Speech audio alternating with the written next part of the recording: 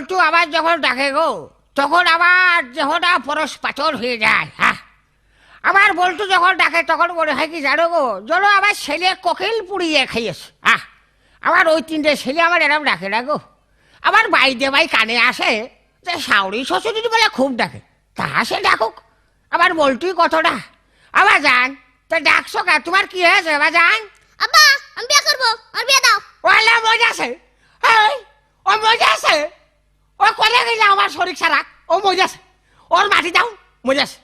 হ্যাঁ, ওই যে আমার দাদা কইয়া গেছে গো, আমার দাদা কইয়া গেছে যে কলির যুগ আসবে। হ্যাঁ, ওই বাগুনতলায় হাট লাগবে, তাহলে কলির যুগ যে এসে গেছে এখন তা বুঝতে পারলাম। হ্যাঁ, তাহলে আমার ওই তিনটে ছেলে আমার আব্বা না করলু আমার সামনে কোনো বিয়ে